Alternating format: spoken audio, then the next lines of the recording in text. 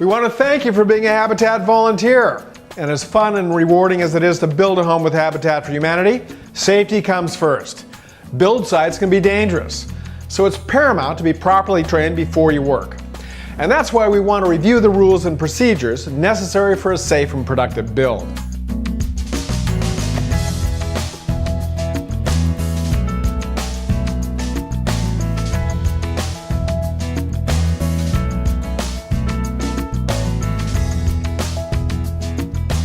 Upon arrival at the job site, you'll meet with the site supervisor and the safety manager. You'll have a morning group and safety discussion at the start of the workday to review procedures specific to what you'll be working on that day. Please let your house leader, the site supervisor, or the safety manager know if there are any tasks you're uncomfortable doing. These are the key on-site go-to personnel that every volunteer should know before beginning work. If you have any questions, ask.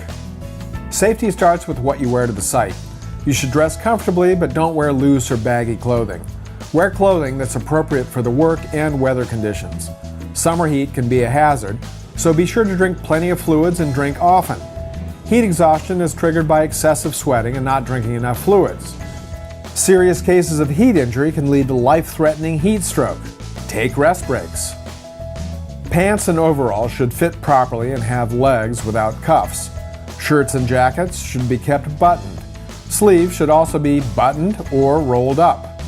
Don't wear jewelry or watches, and if possible, leave purses and wallets at home. Shoes should be sturdy with thick soles. Wear steel-toed shoes or boots if you have them. Hard hats are recommended anytime you're working on the site. They're required when any overhead work is being done and when working on or near scaffolding. Wear gloves, especially if you're carrying materials or involved in cleanup activities. Hand protection is important and in many cases prevents cuts and blisters. However, hand protection is not recommended while working with rotation tools that could catch your glove and pull your hand into the machinery.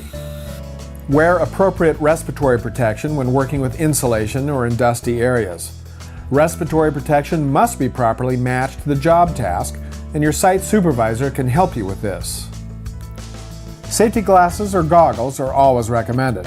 Safety glasses are required when working near flying debris such as sawdust, and if you're near flying metal shavings or concrete chips, you'll need to wear a face shield as a second layer of protection. Construction sites can be pretty dusty places, so if you normally wear contact lenses, you should wear glasses instead. Corrective eyewear needs to meet safety standards as well. On the side frame of the glasses, look for a stamp that says Z87. The stamp means that your glasses meet safety standards. If your glasses don't have this stamp, then you'll need to wear goggles over your standard glasses. Hearing protection can also be required around some power equipment.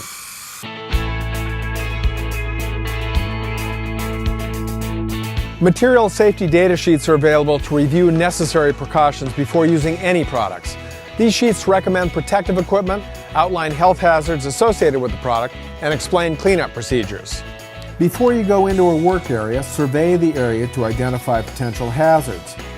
There's a lot going on a construction site, so you need to be aware of your surroundings and what people around you are doing.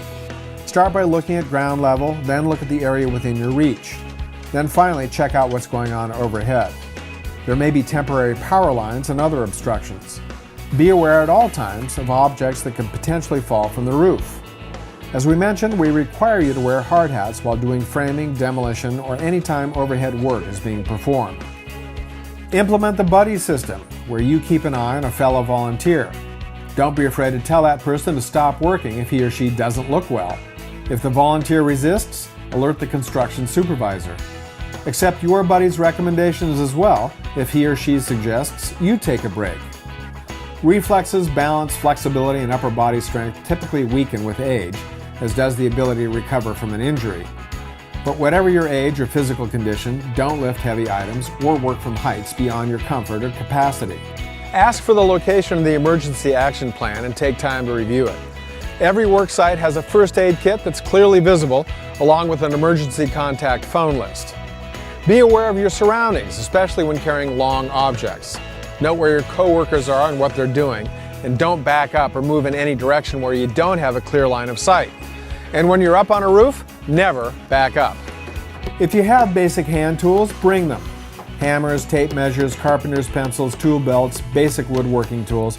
We have a limited number of tools available, so it's a big help if you have your own. If you do bring your own tools, they must be in good condition and be approved by the site supervisor to make sure they're OSHA compliant. Please do not bring handmade tools or tools that you have modified. Make sure your tools are sharp and properly adjusted and that the handles are in good condition and are on tight. Dull tools are hazardous to use because excessive force must be used to make them work. Hold and use your tools correctly and always carry them with care. If you do bring personal tools, make sure they're identifiable as yours. With so many people on a build site, it's easy for someone to think your tape measure or hammer is a Habitat tool. Brightly colored tape is a good way to quickly spot your tools and let others know they're not Habitat property. We can't overstress the importance of exercising extreme care when using power tools.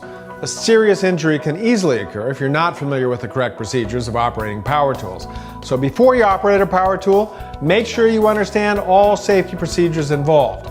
In general, if you use it correctly, you'll use it safely. Don't forget to inspect the tool for defects or safety hazards before use. Also, make sure what you're cutting is properly supported and that your power saw is properly adjusted and tightened. Inspect cords to make sure they're in good condition and keep all power and extension cords out of walkways to prevent trip hazards. Always use outlets that have ground fault circuit interrupters or GFCIs, or use an external GFCI at the power source. Ground pins need to be on all extension cords and grounded tools. However, it's acceptable to use double insulated tools that were not manufactured with a ground pin. Make sure the blade is clear before starting a saw. A jarring kick can occur if the blade is touching the wood when you power it on.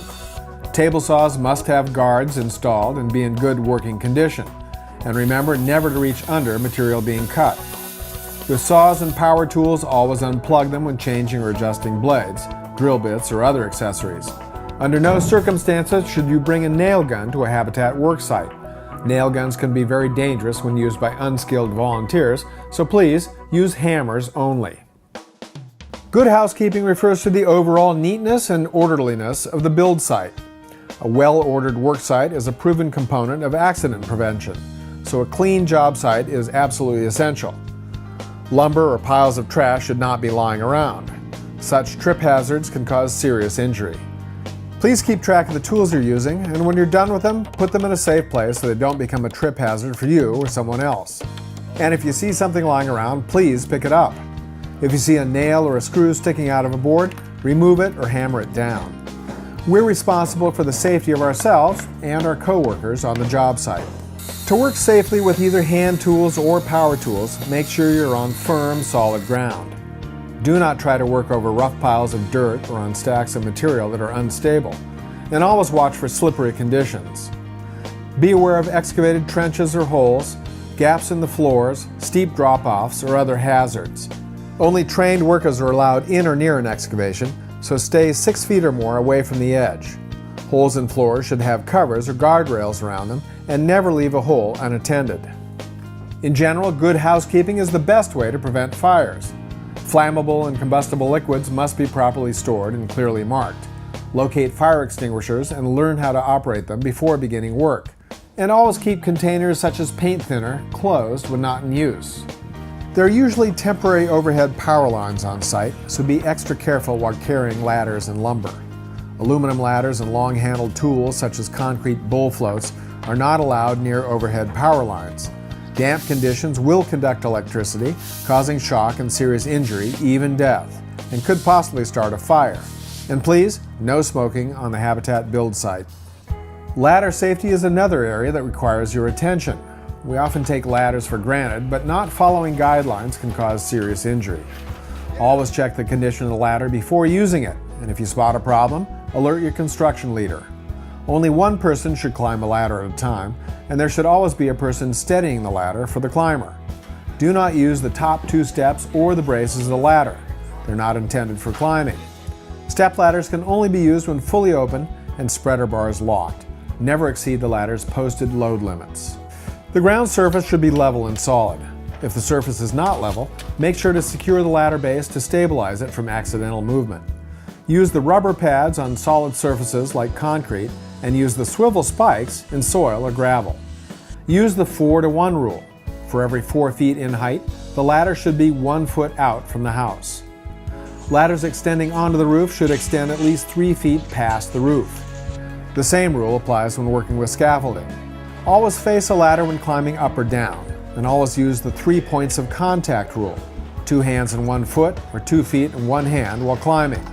When stepping off the top of the ladder to another walking surface, be sure the upper part of the ladder is made secure to prevent accidental movement of the ladder. Always keep the exit points clean and clear of debris to prevent ankle twists or tripping hazards. Most Habitat for Humanity construction sites use some form of scaffolding. The most common types found on our sites are fabricated welded, pump jack, and bracket scaffolding. Falls on scaffolding have become a big problem due to improper access, improper decking, unstable footing, collapse, and/or missing parts. Meet with your site supervisor for training on how to use the scaffolding at your build site. We cannot stress enough the importance of roof safety. Falls are one of the most frequent and often most severe injuries on the job site. When working on a roof, always move slowly and carefully.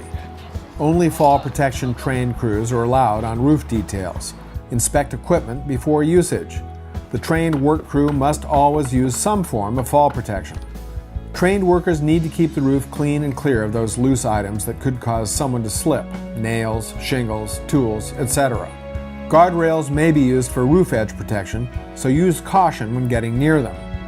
Railings do have a 200-pound maximum force design, so do not sit or lean on them. Lifting and carrying involve simple rules, but they can be easy to forget. When lifting, stand close to the load, bend at the knees, knot your waist, and lift by straightening your legs and keeping your body as vertical as possible. Do not underestimate the weight of an item. If it feels heavy or is too bulky to see over or around, be sure to get someone to help move it. Always check for a clear walking path before you start your lift, and when possible, use available steps and stairways to prevent leg, ankle, foot, or back injuries. Remember, most of what we discussed is just good common sense. But sometimes we forget things that are obvious. Forgetting is dangerous on a build site. Safety is number one. If you spot an unsafe situation, calmly point it out. If you're not sure about how to do something, just ask.